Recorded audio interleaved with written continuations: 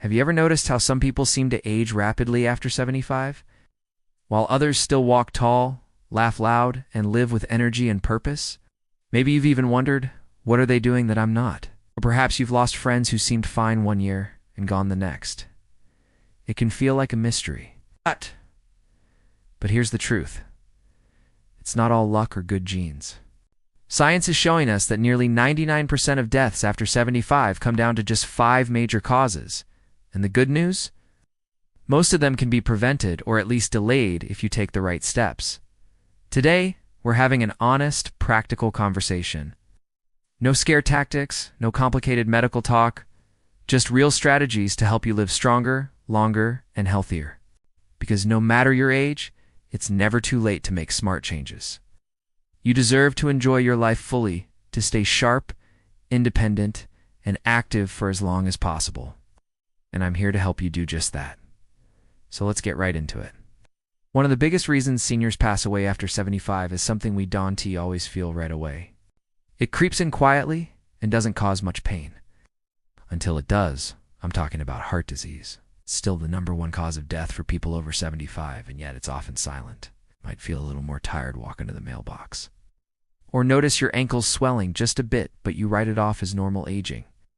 The truth is, many of these small changes are signs your heart needs help. But here's what's encouraging. Your heart can improve at any age, even after 75. A few simple changes can dramatically lower your risk. For example, walking just 20 minutes a day, not speed walking. Just a steady stroll can help strengthen your heart, reduce blood pressure, and improve circulation. One habit I always recommend is to start your morning with a glass of water and a walk around your home or garden. Just that act alone wakes up your heart and keeps your body moving. Also, be mindful of salt. It's hidden in so many foods, especially packaged soups, canned goods, and even bread. Reducing salt and eating more potassium-rich foods like bananas, spinach, or sweet potatoes can protect your heart from strain. And don't underestimate the power of regular checkups. Ask your doctor for a simple blood pressure and cholesterol screening at least once a year. It's not just routine, it's life-saving. The second major cause may surprise you: falls. Yes, something as simple as a fall can lead to severe injury, hospital stays, or worse. After 75, our bones become more fragile. A single misstep on a loose rug or a slippery bathroom floor can mean a broken hip, which often leads to a long recovery and loss of independence. But falls aren't just accidents, they're often preventable. It starts with making your home safer. It means removing loose rugs, adding grab bars in the bathroom, and making sure your walkways are clear. One of the easiest fixes is better lighting, especially at night. A plug-in nightlight in the hallway can be the difference between a safe trip to the bathroom and a dangerous fall. And then there's balance. It's not just something we're born with, it's something we can train. One simple way is to practice standing on one foot while brushing your teeth. It may sound silly, but it works. Over time, you'll build strength in your legs and core, which helps keep you upright and stable. Tai Chi is another wonderful practice that helps improve balance, coordination, and confidence with movement. Even just 5 minutes a day can make a real difference. Let me share a quick story. I once spoke with a man named George. He was 82, full of energy, but he had fallen twice in 1 year. His doctor warned him that another fall could mean a nursing home. George took it seriously. He started doing chair yoga twice a week, added a grab bar by his shower, and swapped his slippers for shoes with good grip. 2 years later, no more falls, and he still lives in his own home, takes care of his dog, and even volunteers at his local library. Small changes, big results. So far, we've talked about 2 major causes of death after 75: heart disease and falls. Both are serious, yes, but they're not a life sentence.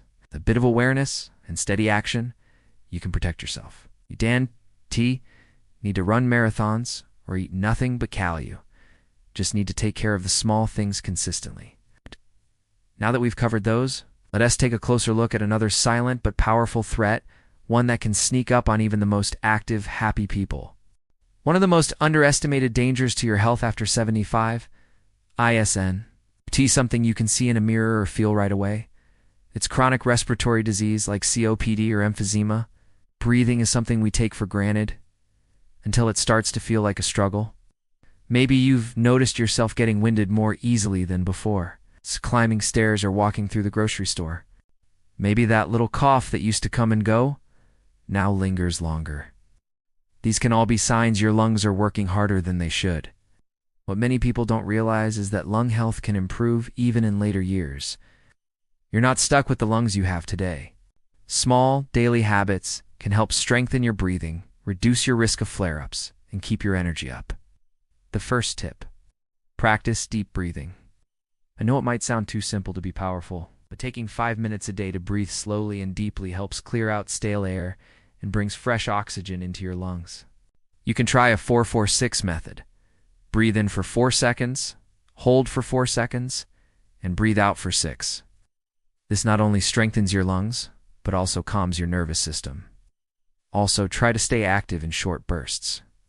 You, Dan T, have to walk for an hour. Just getting up every 30 to 60 minutes and doing some gentle stretches or walking around the house helps keep your lungs from stiffening.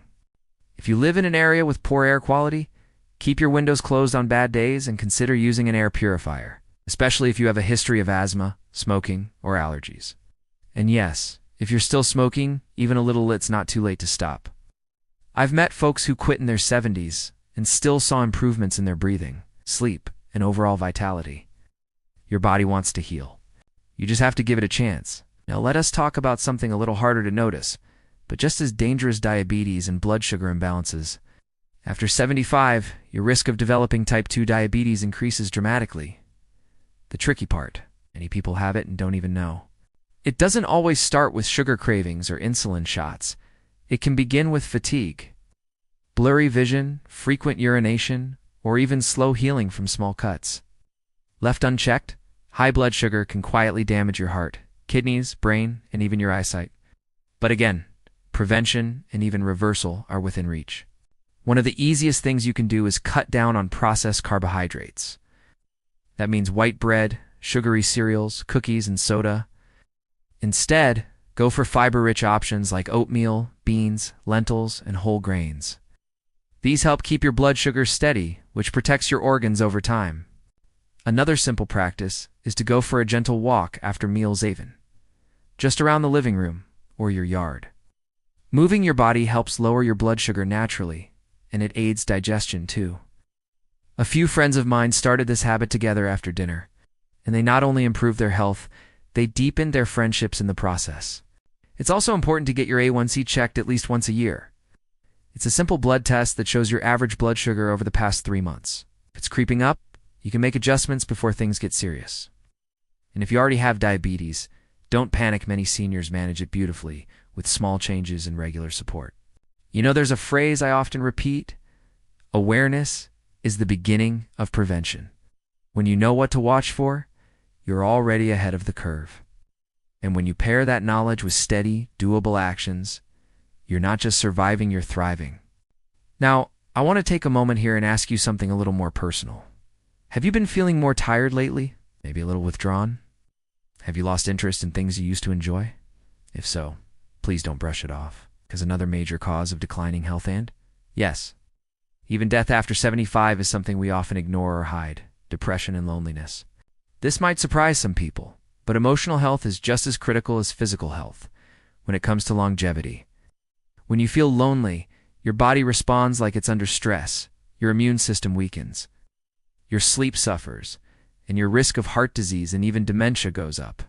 You may start skipping meals, moving less, or losing motivation to stay active, and all of that takes a toll over time. But let me be clear: feeling lonely doesn't mean there's something wrong with you. Life changes. Friends pass away. Family members get busy. Our bodies slow down. But the good news is, loneliness doesn't have to be permanent. You can reconnect, one small step at a time. Maybe that means joining a local walking group or attending a senior class at your community center.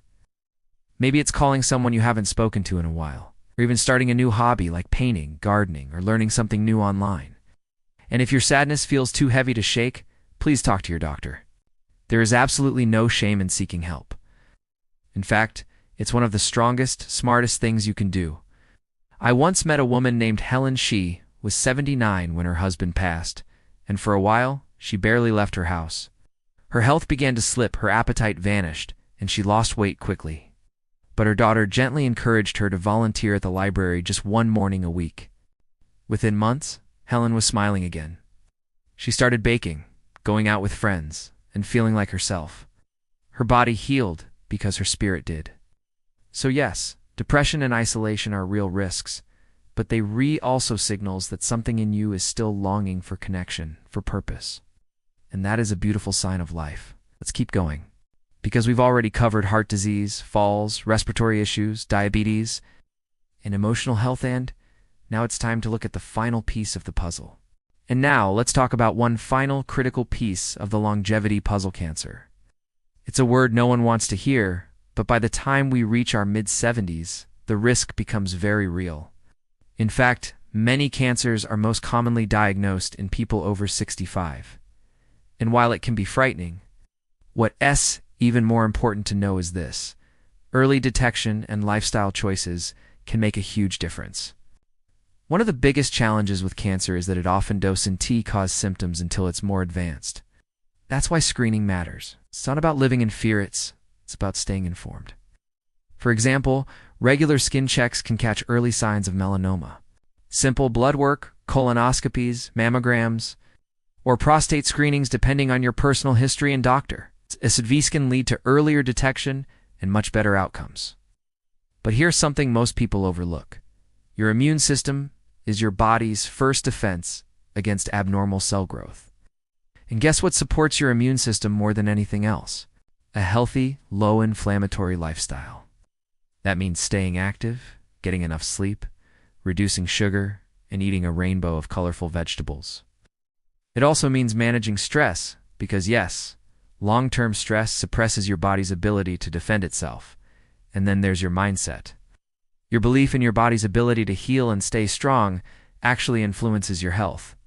Studies have shown that people who are optimistic and proactive about their well-being often live longer and bounce back faster from illness. So never underestimate the power of a positive, hopeful spirit, especially when backed by healthy habits. There's a lot we can't control in life, but there's also a lot we can. When you know the most common causes of death after 75, and more importantly, how to reduce your risk, you shift from being a passive passenger in your health journey to becoming the driver. So let's take a moment and reflect on what we've covered together. We've talked about heart health, protecting your most vital muscle with movement, mindful eating, and regular checkups. We addressed the danger of falls and how a few home changes and simple balance exercises can keep you steady on your feet. We talked about the importance of protecting your lungs. Even if you've never had breathing issues before, now how practices like deep breathing and daily movement can make a big impact. We looked at the silent danger of diabetes and how just walking after meals and reducing processed carbs can protect your entire body.